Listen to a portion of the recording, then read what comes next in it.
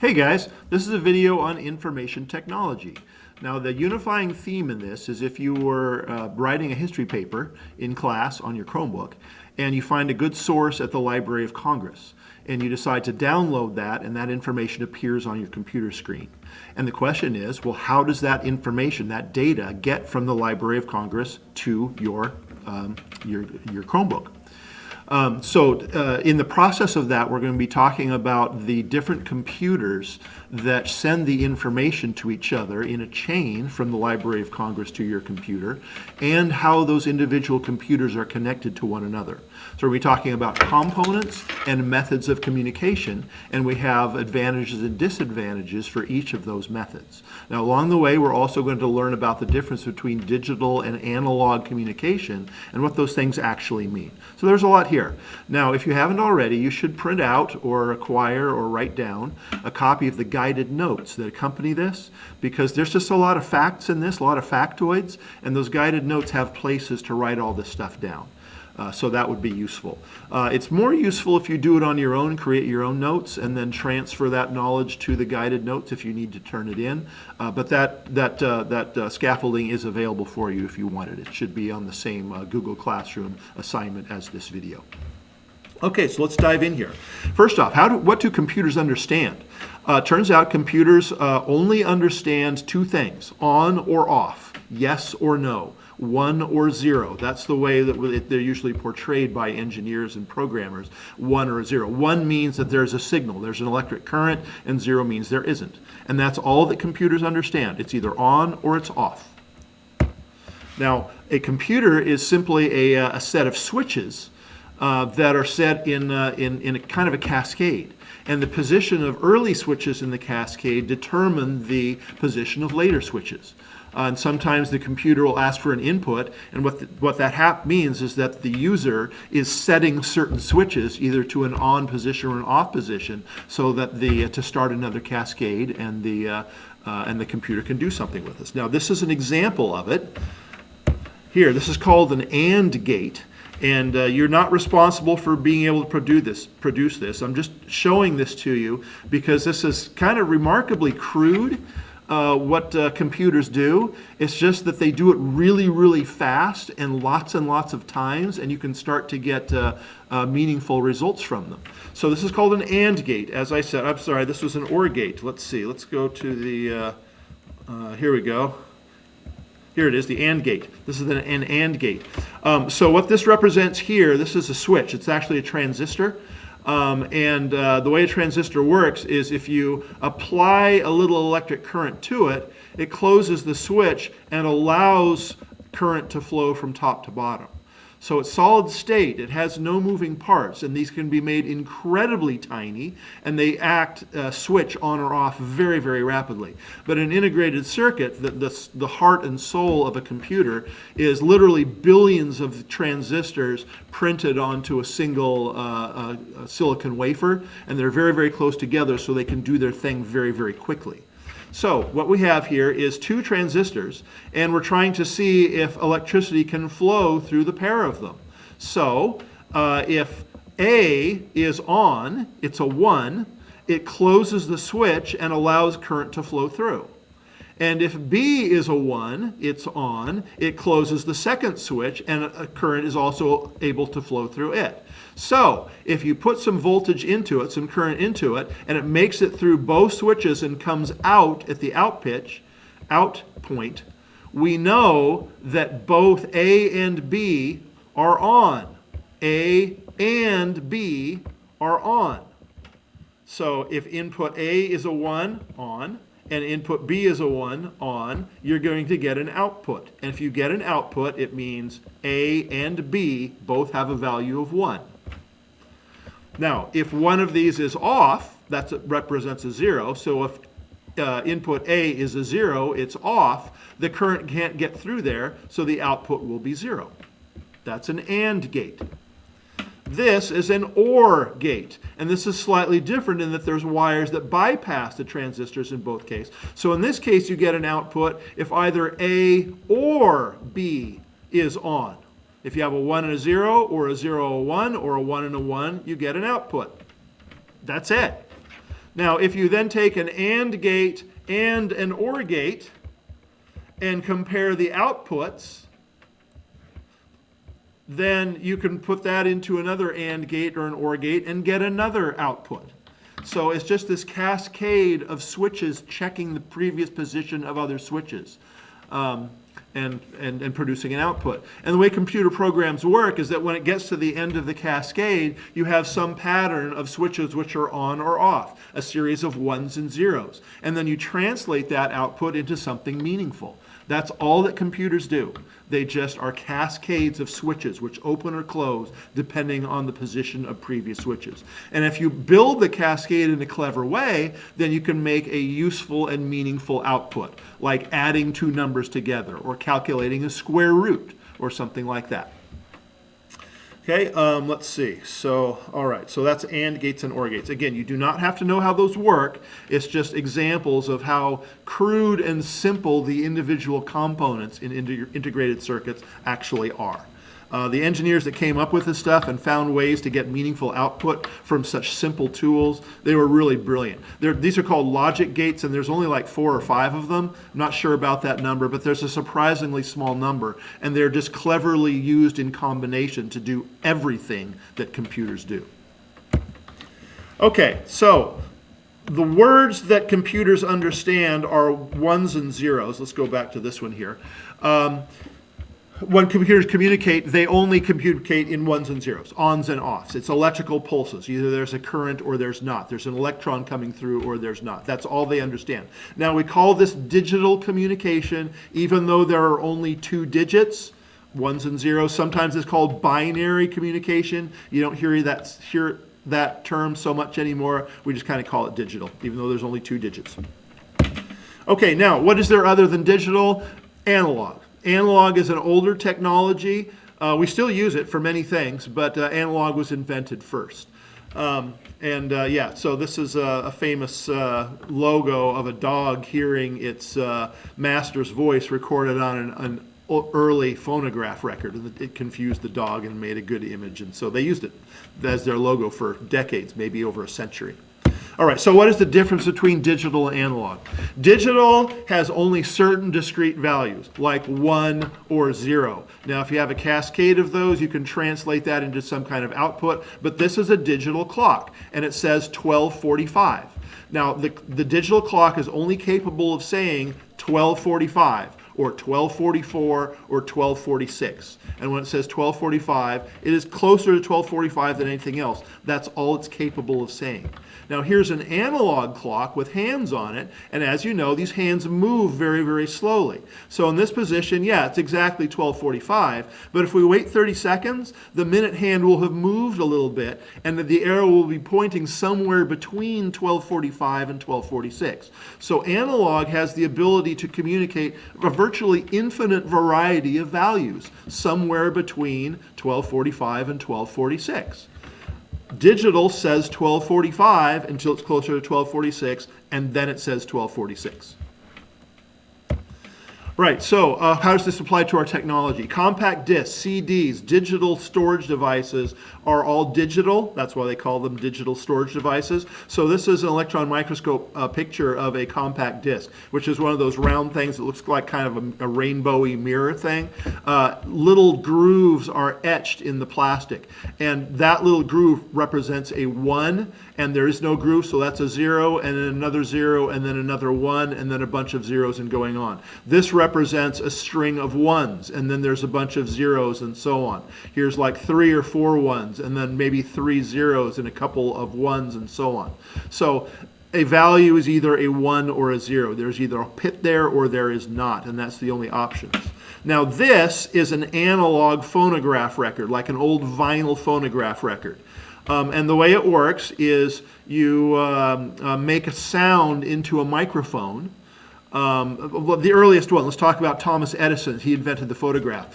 You made a sound which shook a little metal diaphragm, and that metal diaphragm was attached to a needle, and it made the needle vibrate the way your vocal cords vibrate. If you put your hand on your throat when you're speaking, you can feel the vibrations. Well, that diaphragm would vibrate the same way as your vocal cords, and the needle would vibrate the same way as the diaphragm, and that needle would etch a groove into a cylinder of wax. That's what Thomas Edison used. A soft material that can pick up those vibrations and variations. Okay, so then you bake the wax to make it solidify and make it harder, and then when you drag the needle through it again, the needle vibrates exactly the same way it did when you made the recording.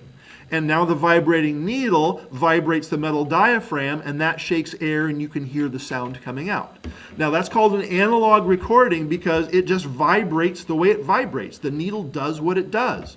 And when you drag the needle back through the groove again later, it vibrates the same way it did as when the recording was made. And it reproduces the sound. And you have an infinite variety of loud sounds and soft sounds and variations. The needle just does what the needle does. That's an analog technology. Okay, now at this point, if you haven't already, you should do the PhET radio lab. That is maybe attached to this Google Classroom. It may be attached to a different assignment. It depends on how things panned out on this particular year. But you need to do the PhET activity on radio waves. And what that, so yeah, go do that if you haven't. Pause this and come back. All right, now, having come back, what the PhET simulator showed was an analog radio station transmitting an analog signal across space and powering or sending information to an analog radio in somebody's house. The way that it works is the DJ, the person speaking in the radio station, is speaking into a microphone, and the microphone causes a magnet to vibrate, and the magnet is wrapped with wire, so it makes a varying electrical current in that wire. That current is amplified and sent up to shake electrons in the transmitting antenna. And those moving electrons send out light waves, radio waves, out into space. Now, if you have a receiver, you can set the receiver to resonate to that particular frequency. So the electrons in your antenna follow the same motion, imitate the same motion as the electrons in the transmitter. And they cause a speaker to vibrate, and it makes the sounds. It's purely analog. With a phonograph record, it is a vibrating needle. With analog radio, it is oscillating electrons, which produce electric current, which can then be translated back into a speaker. So what the PhET radio lab showed is that radio waves go out in all directions, and they will shake any antenna which is within range. And if you get farther away from the transmitter, the weaker the signal is, and the more poorly it works. But with an analog radio, every receiver can receive the signal that is transmitted. And that is relevant as we move on later on. Turns out we use radio as part of our internet communication. Okay, now we are going to dive into advantages and disadvantages of digital versus analog. And again, there are places on the guided notes where you can fill this stuff in. We're going to start off with advantages. The best advantages of digital communication is that computers can understand it. That really is the driving factor. We want to use computers to do stuff, and we have to talk to them in digital. So our communications has to be digital, and that's why it's good. That's the powerful thing about digital. Now, the good thing about analog technology is that it tends to be very simple. Two cans attached with a string. The vibrations actually go through the string and kind of make a very crude speaker. This actually works. It doesn't work very well, but it works. If you drag a vibrating needle through a piece of wax, you can reproduce the original vibrations by dragging another needle through the wax. It's very simple. It's easy to recreate. Okay. Now. They're simple to build and use because they're self-contained. You don't need protocols like ASCII. I guess I better tell you what ASCII is. Actually, we don't have that in here. Okay, so I'll tell you the short version. So ASCII is a protocol that all computer producers agreed on in the early 70s. It agrees on what a string of ones and zeros, what that translates to in terms of letters and numbers. And since all computer companies agreed on the same code, if you will, that means that different companies' computers can communicate with each other, and you can write a program on one computer and run it on another because they all agree on what a string of ones and zeros translates to. You don't need that with analog technology because they're literally attached with a wire or a string or something like that. Okay, what's a disadvantage of digital? Think about this for a second. Say you're rummaging around in your grandparents' attic and you find a board game in its original packaging with all the parts and all of the directions and everything just like it showed up from Toys R Us. It's all there. Could you play that game? Could you sit down and play that game? Now, and the answer is yes, because all the pieces are there and the rules are there and you can sit down and play. Now, contrast that to a video game that was purchased in 1995. Okay, and in that box is all the original stuff. You've got the disc that has the game on it. You have the directions that tell you how to play. The art, everything that was originally purchased is still in that box, but you can't play it because you don't have a computer that can understand the program. This game is obsolete. So the problem with digital information is that it's lost if the devices that it depends on are lost or become obsolete. Or the protocols, like the protocols ASCII, for example, maybe it doesn't do enough. So ASCII is replaced by all the computer companies with something that can handle more characters and do more things. Well, the new computers are looking for that protocol, and this Full Throttle game, which was a pretty good game, by the way, at the time, they literally can't understand it. So this game ceases to exist. It's just gone. All right, now, big disadvantage with analog, and this is the biggest and the driving force why analog is poor and where we use it very, very rarely.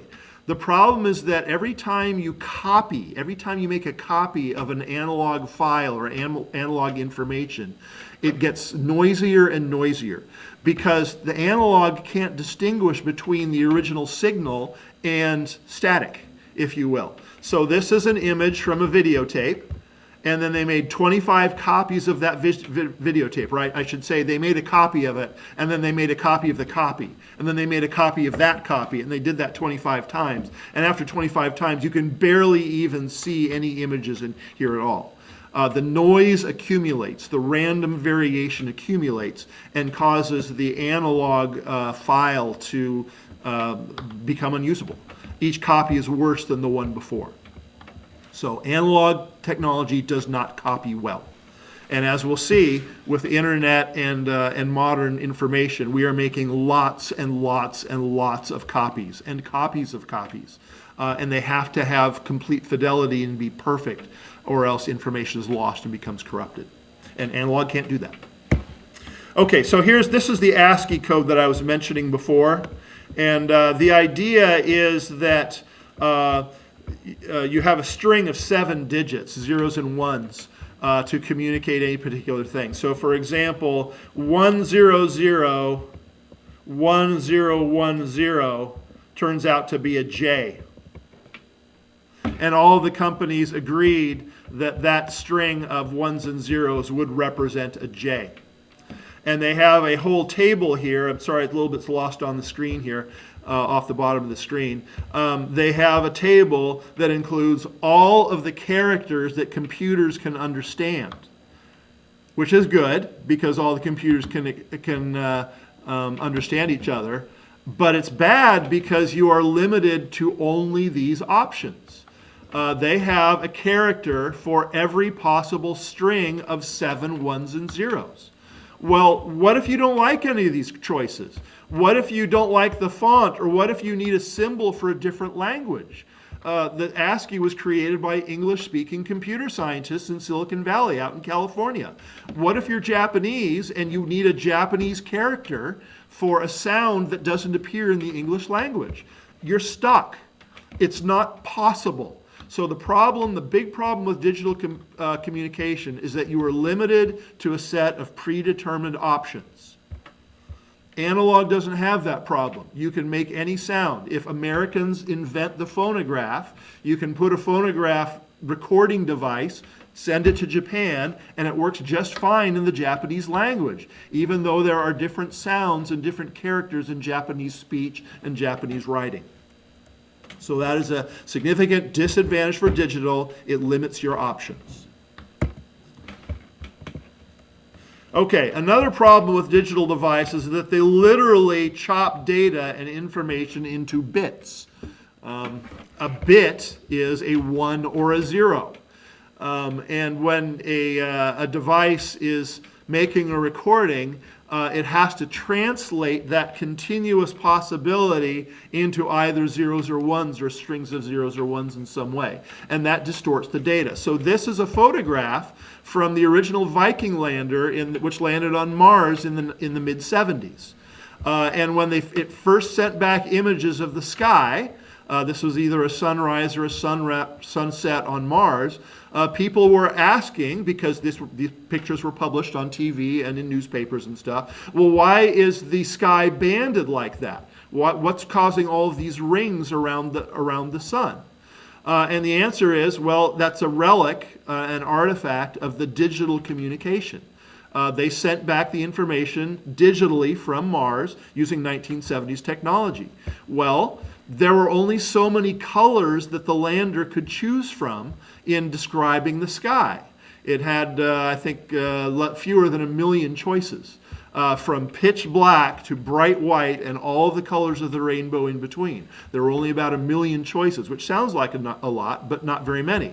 So when it saw the sky, which is a smooth transition of colors from dark to bright, it had to choose from among those 1 million choices to send back the color of the sky. And our eyes are able to distinguish between those colors. And so it looks like bands. That's still a problem today. When you compress data or translate data, you sometimes get these artifacts of bands of color and distorted colors. And it's a relic of the fact that digital devices chop data. They have to decide which pigeonhole it's going to put this information into. Okay? All right. Now, should they have sent it analog? Should they have sent the information analog? No, they absolutely should not. Should not have. This is the first picture of the far side of the moon. And as you can see, you can barely even recognize it as the moon. Yeah, these must be craters and all that. The Russians did this. They sent this back. They were the first nation to actually manage to send a space probe on the other side of the moon. And they took a picture of it and they sent it back. It's an analog signal. The way they did it was they took a regular photograph with a regular camera, a film camera, and then they had a robot up there which would process the film and make a print so that they had a picture, a photograph of the dark side of the moon. And then they put that in front of an analog television camera and sent an analog television signal back to Earth with this image on it. They didn't have the technology at the time to be able to have the probe re-enter Earth's atmosphere and recover it and go get out the film and develop it or look at the photograph or whatever. It was going to be lost on re-entry or just lost into space. I honestly don't know if the space probe even ever came back to Earth. So what you have is a analog photograph onto a negative with an analog process to copy that negative into a positive print, imaged with an analog TV camera, which sent an analog signal to a receiver on the Earth, which received it as an analog signal, and then translated into an analog image on an analog TV screen. So there were 6 generations at least of copies of copies of copies of copies, with more noise in each copy, and you wind up with this distorted, useless image. Okay? It's still the first image of the far side of the moon, which is pretty cool and good on the Russians for pulling it off. But it's the image quality is very low. And I think we can agree that this image is clearer and conveys more information, even though it is a crude, early technology digital image of Mars. Okay, so that's a disadvantage of analog. Okay, the big major advantage of digital communication, devices communicating with devices, is that it's relatively easy in a digital signal to distinguish between what is noise and what is originally in the signal. So here we have an analog signal, and we're going to say that it is pure and perfect and all that, but there's just lots of random variation in it because that's just the nature of analog communication. It is what it is. All right, and here's a digital signal, and you can see it's very easy to tell what is a 1 and what is a 0, what is on and what is off. Now, what if there's a little bit of static? What if there's a little bit of information in our signals here? Okay, so instead of having this nice shape, there might be a little bit of a bump here on this particular place in the analog signal. Now, the analog signal and the analog receiver can't tell that that's noise because that little bump might have been in the original recording. But if we put that same little bump down here, it's kind of easy to tell, oh, we know it's supposed to be a plateau. It's either a plateau or a valley, and there's a little bump on here. It's still a plateau. That's just noise. We're going to ignore it. We know this is still a 1. Or alternatively, if for some reason this peak gets reduced a little bit and kind of turns into a valley because of interference. Again, the analog signal can't tell the difference between a distorted version of this peak and this valley, which is supposed to be here. But in contrast, if we had a little bit of valley appear in this digital thing, it's just going to be a little dip. And we can tell that it's still supposed to be a plateau, and that's still a 1. So we can screen out noise. When we send a digital signal, we can still distinguish the zeros from the ones and clean up the signal and refresh it. And when we make a copy of it, it's a perfect copy again.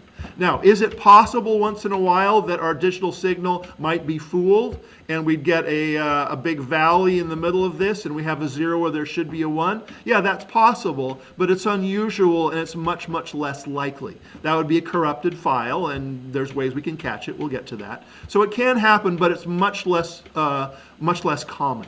Usually we can clean up the signal and send a refreshed version. You can't do that with analog signals. So this is a digital advantage. Okay, next, it turns out that it's easy to tell when a body, a packet of information has been corrupted, meaning that what you received is not what was sent.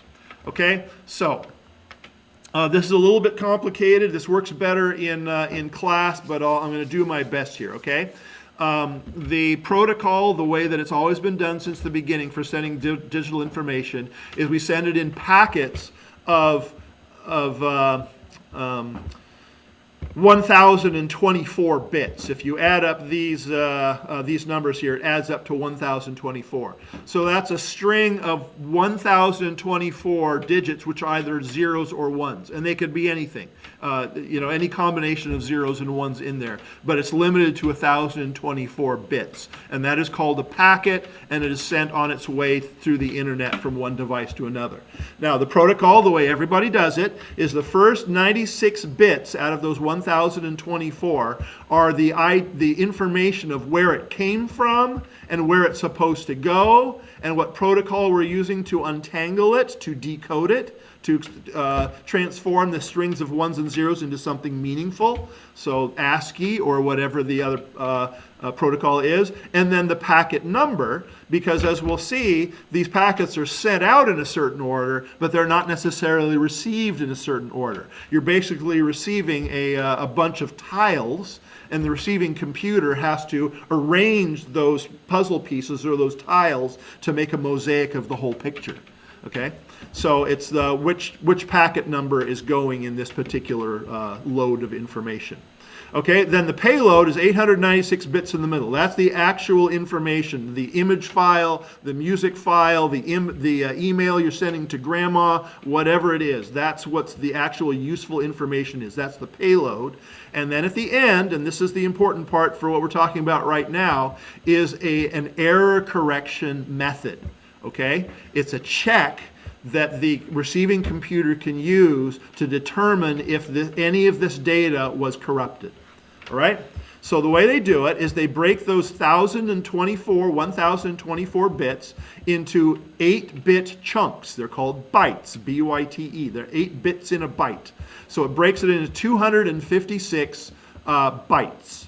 Okay? Now, there's only so many ways that you can arrange eight digits. It turns out there's 256 of them.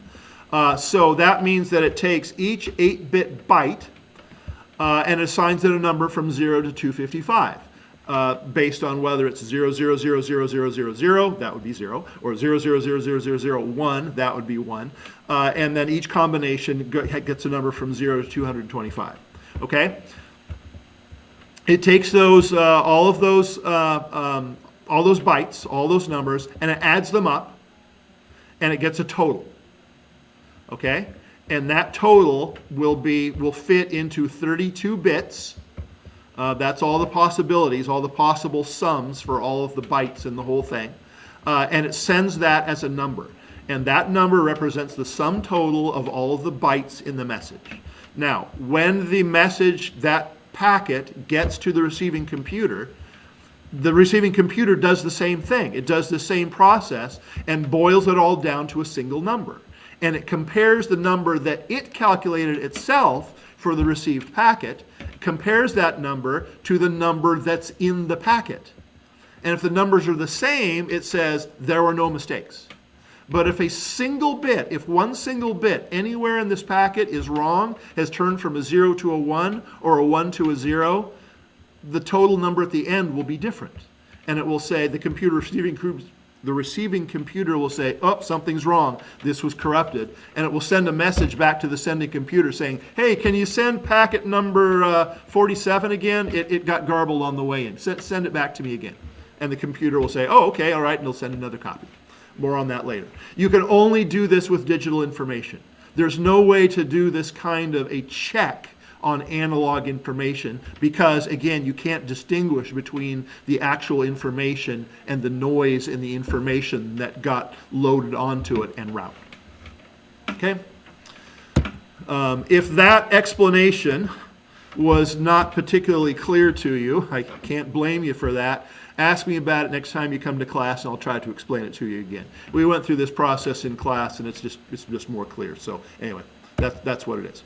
Okay, now another huge advantage of digital information is that it can be compressed. It's called data compression, and it's not too difficult to do with digital information, and it's practically impossible with analog.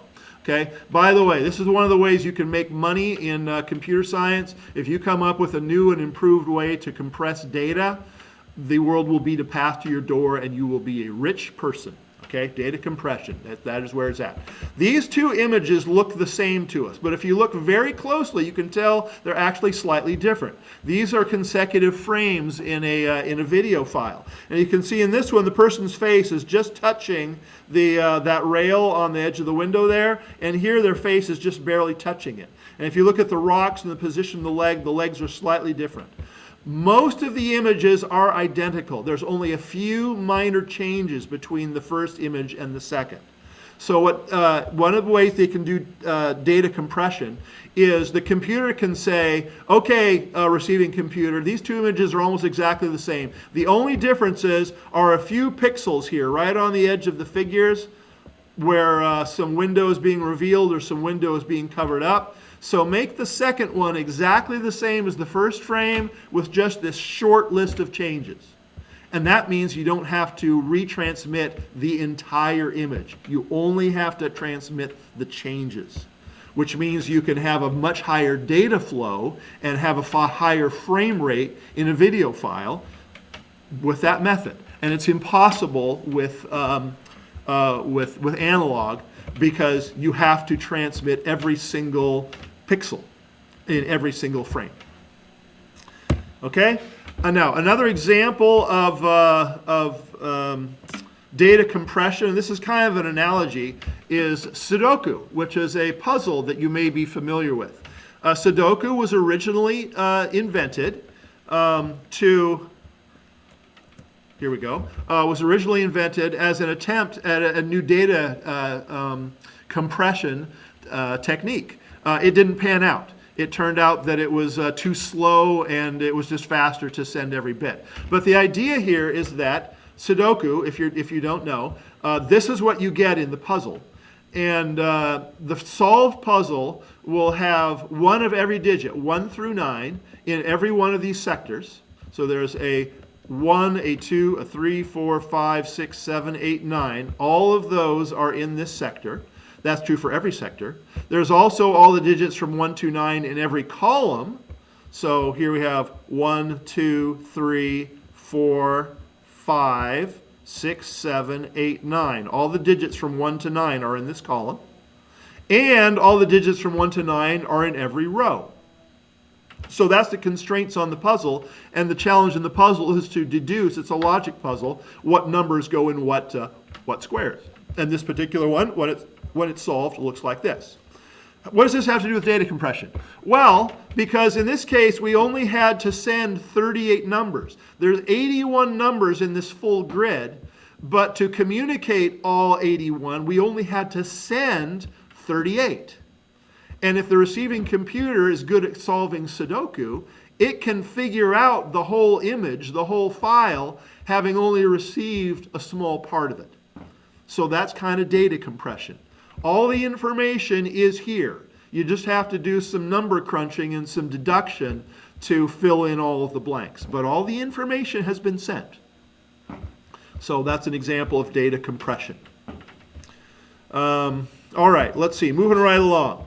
Now, another huge advantage with digital communication is it is relatively easy to encrypt, which means turn it into a code. Now, here's a very crude example of it. The idea is this is the string of digits that we want to send. This is our actual message, and we don't want bad guys or criminals or people reading this and figuring it out. So what we do is we send this, but we insert a random number between each digit. So we start off with a 1, and then we randomly chose a 1 to go in between. And then the next one is a 0, and there's the 0, and we randomly put a 0 in between. And then here's a 0, and so on. So all these digits are in here. They're just every other number. And the numbers in between them are just a random string. So if you don't know that, when you get this string of data at the far end, it's gibberish. You can't translate it into something meaningful like an image or music or an email or a credit card number or something like that. You have to know that you need to ignore every other digit. So you throw away every other digit, and lo and behold, the original message comes back. That's easy to do with digital communication because you can just throw in garbage bits into the message, and it turns it into gibberish, unless the computer at the other end knows what method you use to throw in all that garbage so it can extract all that garbage back out and get the original message back. Okay, so encryption, digital encryption is very, very important in the internet, and this is another way you can make a lot of money in computer science if you can come up with another method to encode information. The problem is that people are always trying to figure out the codes. So they know what's been done in the past, and they will just try every protocol, every encryption protocol that's ever been invented on your message until they find one that makes something meaningful. So companies have to continually come up with new and original encryption methods that nobody has ever seen before. And when that one gets broken, then they have to come up with a new one. So yeah, you can make a lot of money and make a very good living doing digital encryption.